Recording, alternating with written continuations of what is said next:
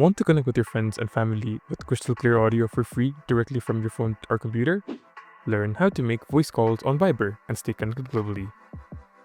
Making a voice call on Viber is a simple and cost-effective way to communicate with anyone who has the Viber app installed. These Viber-to-Viber calls are free and use your internet connection, saving you money on traditional phone charges, especially for international calls.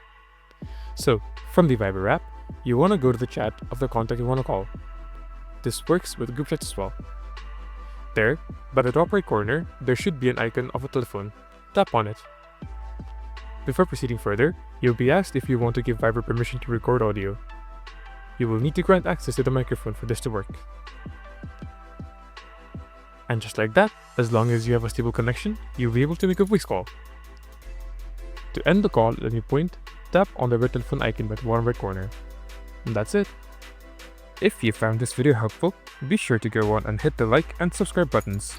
That's a small action from you that helps make a big difference for us.